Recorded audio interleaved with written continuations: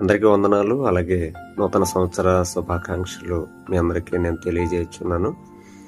చాలా సంతోషం అండి. దేవుడు మనకి మరొక సంవత్సరాన్ని అనుగ్రహించి ఆయన కృప మనకు తోడుగా ఉంచి మనలను దేవుడు నిరంతరము కాచి కాపాడుతున్నందుకు దేవాది దేవునికి మహిమ చెల్లిస్తూ ఉన్నాను. వీళ్ళారై సమయంలో నేను ఒక విషయాన్ని పంచుకోవాలని ఆశపడుతూ ఉన్నాను.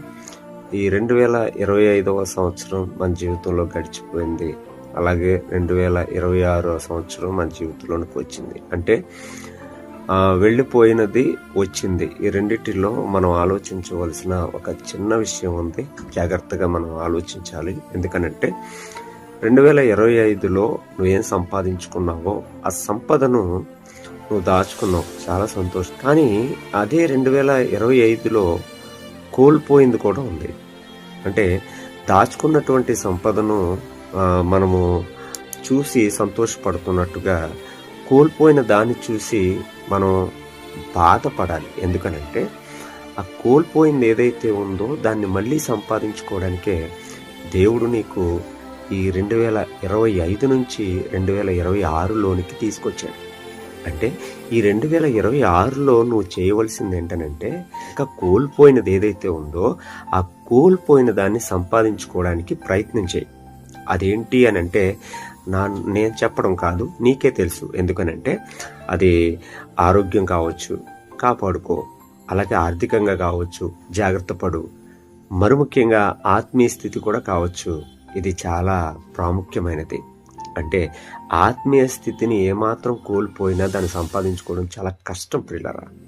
సో అందుకని ఆ ఆత్మీయ సంపద ఏదైతే ఉందో ఆత్మీయ సంపదను నువ్వు ఖచ్చితంగా కాపాడుకుని దాన్ని మరలా రెక్టిఫై చేసుకునే అవకాశాన్ని దేవుడు నీకు మరొకసారి అనుగ్రహించారు.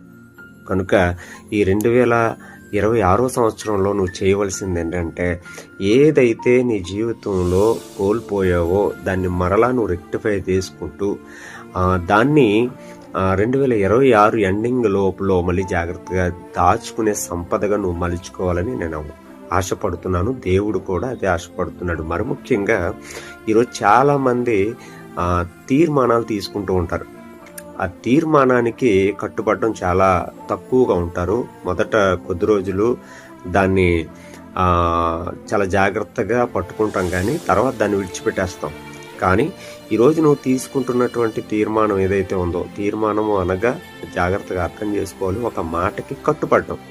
ఆ కట్టుబడినటువంటి మాట ఏదైతే ఉందో దాన్ని చివరి వరకు దాన్ని నెరవేర్చడం.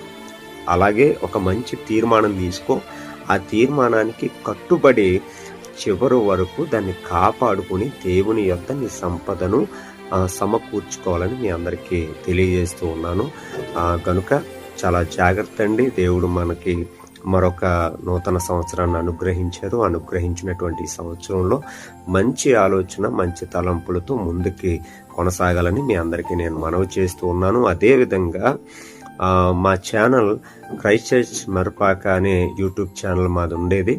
అయితే ఇక మీదట దాన్ని గాడ్ ఆఫ్ క్రైస్ట్గా దాన్ని దేవుని కృపను బట్టి మార్చడం జరిగింది. ఇక మీదట మెసేజెస్ కానీ పాటలు కానీ ఏ వర్తమానమైనా సరే గాడ్ ఆఫ్ క్రైస్ట్లో మీ ముందుకి వస్తాయి. కనుక మీరందరూ కూడా, మీ కుటుంబాలన్నీ కూడా దేవుని యొక్క చల్లని నీడలో ఆశీర్వాదాలతో మీ అందరూ మెండుగా ఆశీర్వదింపబడాలని మీ అందరికీ ప్రేమపూర్వకంగా తెలియజేస్తూ దేవుని కృప మీ అందరికీ నిరంతరము తోడుగా ఉండునుగాక.